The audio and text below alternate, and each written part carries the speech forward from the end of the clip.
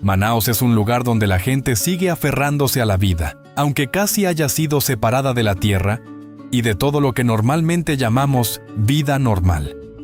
No hay caminos, no hay motos ni coches, no hay tierra para cultivar. La electricidad falla, las escuelas son precarias y la atención médica es frágil.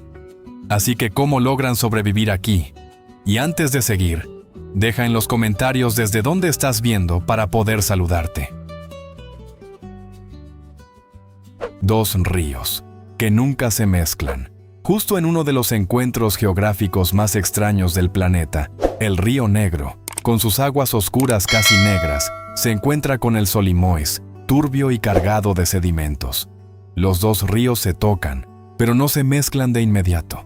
Y eso crea una frontera natural tan clara como poco común. Y es precisamente sobre esa frontera donde más de 11,000 personas han levantado complejas comunidades flotantes que muchos conocen como Comunidad de Catalão. En este mundo, el asfalto, los coches y las motos casi no significan nada. El sonido más familiar no es el tráfico de la ciudad, sino el ronroneo grave y constante de las rabetas. Son embarcaciones de madera, largas y estrechas, con un pequeño motor en la parte trasera, y son el medio de transporte esencial para miles de familias que viven sobre el agua. Para la gente de aquí, manejar una rabeta por canales angostos exige la misma concentración que conducir en medio de un tráfico pesado. Tienen que saber leer la superficie del agua, detectar remolinos ocultos, entender la dirección de la corriente y la fuerza de cada brazo del río.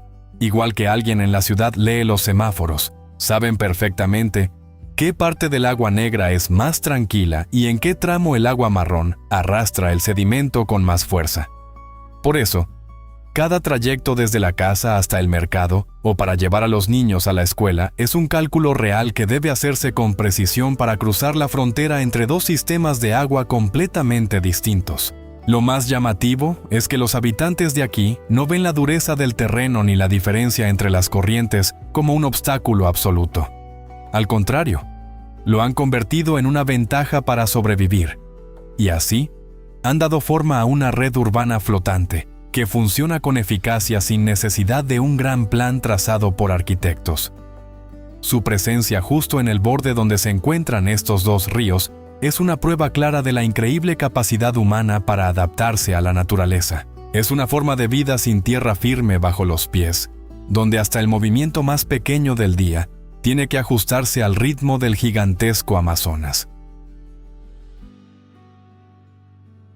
Vivir cada día siguiendo la corriente. Toda la base de este pueblo se construyó a partir de un principio físico muy simple: la flotación. En lugar de enfrentarse a la fuerza del Amazonas con hormigón o pilotes de acero clavados en el suelo, los habitantes eligieron vivir junto al agua. Cada casa está colocada sobre grandes plataformas hechas con troncos macizos del bosque. En los últimos años, muchas familias han empezado a usar cientos de bidones plásticos azules para sustituir la vieja madera. Esa combinación permite que toda la casa suba o baje con el nivel del agua de forma natural, sin necesidad de tecnología complicada ni de energía externa. El valor vital de este tipo de construcción está en que el nivel del Río Negro puede variar entre 45 y 49 pies entre la estación seca y la decrecida, casi la altura de un edificio de 4 pisos. Para la mayoría de las ciudades normales, una oscilación así sería una catástrofe repetida todos los años. Pero para el pueblo flotante de Manaus, eso forma parte del ritmo habitual de la vida. El momento más difícil llega cuando cambia la temporada. Cuando el agua baja, los canales profundos se convierten en zanjas estrechas de barro. Aparecen bancos de arena y las rutas cambian por completo. Las rabetas tienen que encontrar nuevos pasos, y muchos vecinos deben caminar por el lodo para llegar a tierra firme. Si una casa está mal anclada, puede quedar encallada, inclinarse o incluso sufrir daños estructurales. Por eso la gente de aquí siempre está pendiente del nivel del agua, del clima y de la posición de sus casas, ajustándolas al ritmo cambiante del río. El secreto de la supervivencia de este pueblo no está en resistirse a la naturaleza, sino en moverse con ella. mujeres sosteniendo todo el pueblo flotante. La economía del pueblo flotante de Manaus funciona al ritmo biológico del río Amazonas. En un entorno sin tierras de cultivo estables, los habitantes han creado un sistema rudimentario pero eficaz de abastecimiento de alimentos que no solo los alimenta a ellos, sino que también ayuda a abastecer a la megaurbe de 2 millones de personas que tienen al lado. La base más sólida de la economía local es la pesca, un trabajo que exige resistencia física y un conocimiento profundo del comportamiento de las especies amazónicas. Justo antes del amanecer, cientos de pequeñas barcas de madera salen en silencio desde los porches flotantes para lanzar redes y anzuelos sobre el agua oscura. Su mayor objetivo es el pirarucú, uno de los peces de agua dulce más grandes del mundo, capaz de superar los 2 metros y pesar más de 100 kilos. Una buena jornada de pesca no solo garantiza proteína para la familia durante semanas, también puede traer un ingreso importante gracias a los mercados flotantes o a los intermediarios que llevan el pescado hasta el centro de Manaus. Además del pirarucú, especies como el tambaquí y el tucunaré también son fundamentales. Aún así, sigue siendo un oficio marcado por el riesgo y la inestabilidad. Pero dentro del mundo de esta ciudad flotante, son las mujeres quienes sostienen la economía diaria de la forma más práctica. Desde sus propios porches, manejan pequeños negocios que resultan esenciales para la vida de todos. Puedes encontrar peluquerías flotantes llenas en tiempos de fiesta, o pequeños puestos de comida donde sirven sopa de pescado caliente, hecha con recetas heredadas de generación en generación. Cuidan a los niños, limpian la casa y al mismo tiempo llevan pequeñas tiendas donde venden desde jabón y aceite hasta artesanías. También aprovechan con gran inteligencia el bosque que rodea la comunidad. Recogen a mano el azaí, juntan nueces de Brasil, plátanos y otros productos del entorno para preparar jugos, dulces y mermeladas tradicionales. Mientras los hombres suelen pasar largos periodos fuera, pescando lejos o entrando a la ciudad para hacer trabajos manuales en construcción o servicio doméstico. Son las mujeres las que administran el dinero, deciden en qué se gasta y mantienen la estabilidad del hogar. Gracias a su capacidad de cálculo y a un fuerte instinto de supervivencia, demuestran que la gente todavía puede construir una sociedad funcional, incluso cuando casi ha sido abandonada por completo por el sistema oficial. Expulsados de tierra firme. Para entender por qué existe este pueblo flotante, tenemos que volver al inicio del siglo XX, cuando Manaus era una de las ciudades más ricas de toda Sudamérica. El auge del caucho convirtió este puesto avanzado en medio de la selva tropical en un símbolo de lujo, un lugar al que llegaba dinero sin parar desde todas partes. El Teatro Amazonas, con su cúpula imponente y su mármol traído desde Italia, es una prueba viva de aquella época dorada. En el momento de mayor esplendor, los magnates del caucho vivían en mansiones fastuosas, y Manaus era vista como una ciudad con algunas de las tecnologías más modernas de su tiempo. Pero todo se vino abajo cuando apareció el caucho sintético, y Brasil perdió su monopolio. Con el derrumbe de la industria del caucho también desapareció la prosperidad. La pérdida de empleos provocó movimientos de población, pero los trabajadores pobres y los grupos que vivían junto al río quedaron atrapados en medio de una economía ya destruida. El problema más grave llegó cuando la tierra dentro de la ciudad se volvió demasiado cara y quedó en manos de las élites. El sistema formal de vivienda no estaba hecho para los pobres, el gobierno no tenía soluciones reales, y la ciudad moderna prácticamente ya no tenía lugar para ellos. Empujados al límite, no les quedó más que aferrarse a lo único que seguía siendo gratis y que todavía no había sido tomado: el agua, los igarapés, esos pequeños canales oscuros que serpentean alrededor de la ciudad. Fue justo en esas estrechas vías acuáticas donde comenzaron a aparecer las primeras casas flotantes. Vivir a la deriva sobre el agua claramente no era una elección romántica. Si lo decimos de frente, era una estrategia brutal de supervivencia. Con el paso de las décadas, los refugios improvisados del principio acabaron convirtiéndose en barrios enteros con miles de personas viviendo en condiciones informales y precarias. paredes de madera envejecida, electricidad inestable, escuelas improvisadas sobre el agua y servicios médicos casi inexistentes. Todo eso formó un sistema social levantado desde la ausencia de infraestructura básica, donde la gente aceptó vivir en equilibrio inestable sobre el agua, solo para conservar el derecho de llamar hogar a algún sitio. Vivir en el río y seguir sin agua. En gran parte del mundo, abrir un grifo y que salga agua o pulsar un interruptor y tener luz es algo tan normal que ni lo pensamos. Pero en el pueblo flotante de Manaus, nada está garantizado. Aquí no existe una infraestructura formal como tal.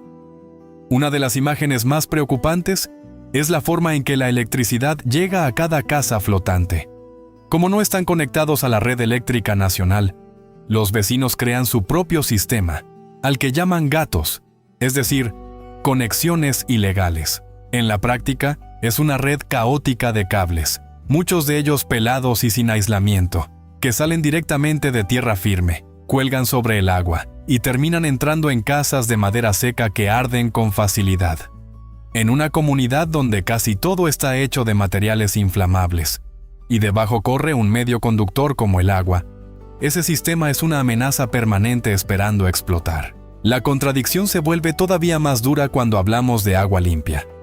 El Amazonas aporta alrededor del 20% del agua dulce del planeta, y aún así, justo en el centro de este sistema fluvial, miles de familias viven atrapadas en una crisis constante de agua potable. El pueblo flotante no tiene red de agua ni sistema de tratamiento de aguas residuales. Por eso la realidad es brutal. El mismo río que les da alimento y les sirve de vía de transporte es también el lugar donde va a parar la basura y los desechos de toda la comunidad. Las aguas residuales y los desechos de los baños se vierten directamente al río sin ningún tipo de tratamiento. La gente no tiene más remedio que convivir con eso. En esa misma agua se bañan y lavan ropa todos los días, aunque saben que contiene bacterias, gérmenes y hasta residuos de combustible de las embarcaciones que pasan sin descanso.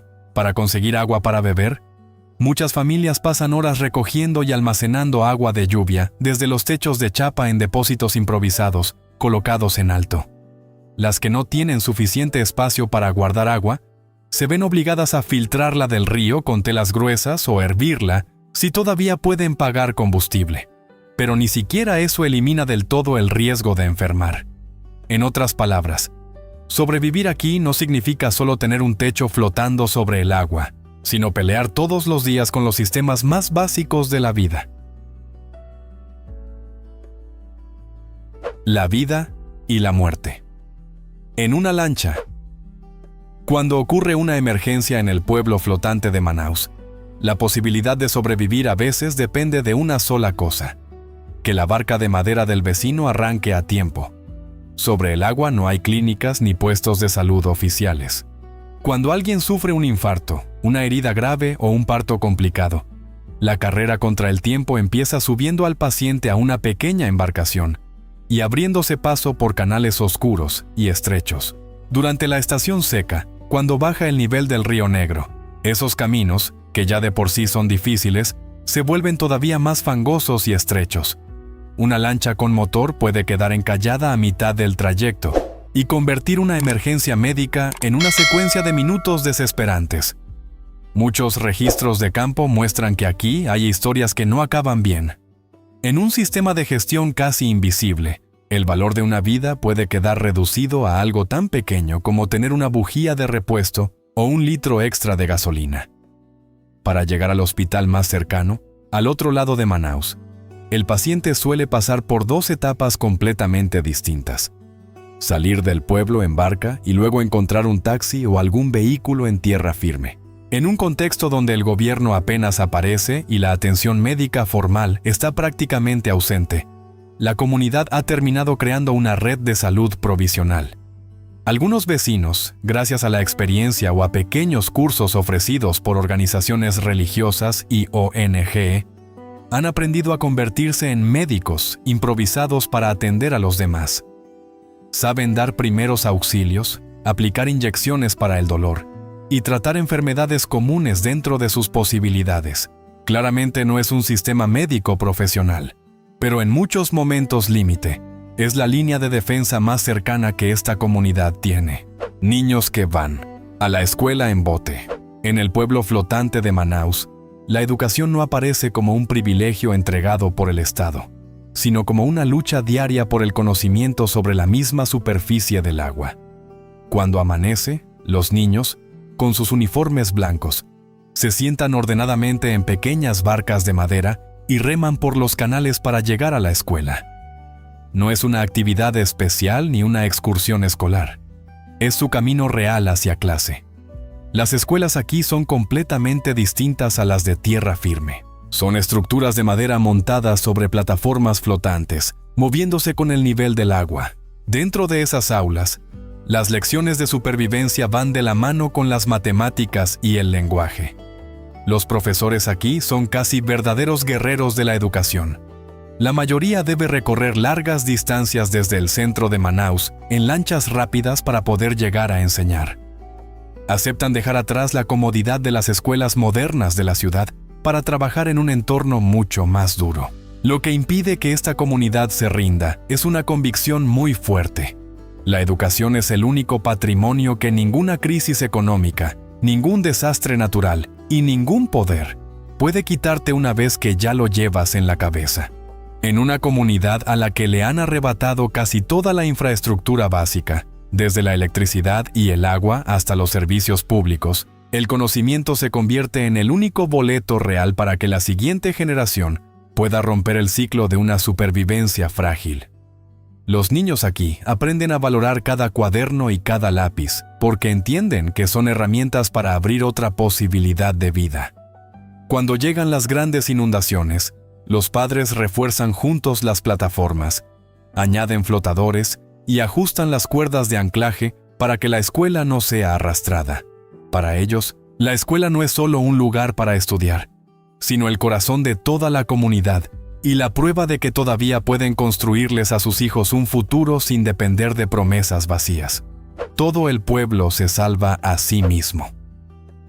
En un lugar donde casi no quedan rastros de gestión oficial, donde siempre falta agua y electricidad, y donde los servicios públicos apenas existen de manera irregular, lo que mantiene en pie al pueblo flotante de Manaus es la fuerza de la comunidad. Cuando el Estado no puede protegerlos, la gente solo tiene una opción: aferrarse unos a otros para sobrevivir. Si una casa corre riesgo de hundirse, los vecinos aparecen con barcas, madera, flotadores y cuerdas sin necesidad de que nadie los llame. No hay equipos de rescate profesionales ni contratos de servicio. Solo existe una reacción muy realista. Hoy ayudas a salvar la casa de otro. Mañana puede tocarle a alguien salvar la tuya. Esa misma lógica aparece en las jornadas colectivas de limpieza, cuando toda la comunidad recoge, separa y trata de evitar que su espacio de vida sea devorado por la basura y la contaminación. El pueblo flotante de Manaus no sobrevive porque las instituciones modernas funcionen bien aquí, sino porque sus habitantes han creado una especie de pacto invisible. La regla es simple, pero también absoluta. Si quieres vivir aquí, tienes que saber vivir como parte del colectivo. Una ciudad, dos mundos. El viaje termina, pero queda una larga lista de contradicciones difíciles de sacar de la cabeza. Justo al lado de estos pueblos flotantes sin electricidad, sin agua y casi olvidados, está Manaus, una megaciudad de más de 2 millones de habitantes y al mismo tiempo uno de los grandes centros industriales de Sudamérica. A solo unos pocos kilómetros, fábricas de Honda, Samsung, LG, Coca-Cola y PepsiCo siguen funcionando dentro de una ciudad con aeropuerto internacional, centros comerciales y un teatro Amazonas imponente. Ese contraste demuestra que una ciudad puede ser rica en industria y aún así dejar a miles de personas viviendo al margen de las comodidades más básicas. Pero el pueblo flotante de Manaus no representa solo carencia. También demuestra que cuando el sistema moderno se retira, la gente todavía puede levantar una sociedad capaz de funcionar a base de adaptación, creatividad y apoyo mutuo. Quizá la gran pregunta ya no sea qué les falta a ellos, sino que hemos perdido nosotros en un mundo tan saturado de comodidades. El pueblo flotante de Manaus no solo obliga a replantear la idea de desarrollo, también recuerda que a veces lo que mantiene en pie a una comunidad no es el dinero ni la infraestructura, sino la forma en que las personas se aferran unas a otras para seguir viviendo. Manaus no impacta solo por lo que existe allí, sino por cómo una comunidad olvidada sigue aferrándose a la vida entre dos mundos opuestos de una forma brutal. Si este viaje te hizo ver las cosas de otra manera, dale like, suscríbete al canal y cuéntame en los comentarios qué fue lo que más te impactó.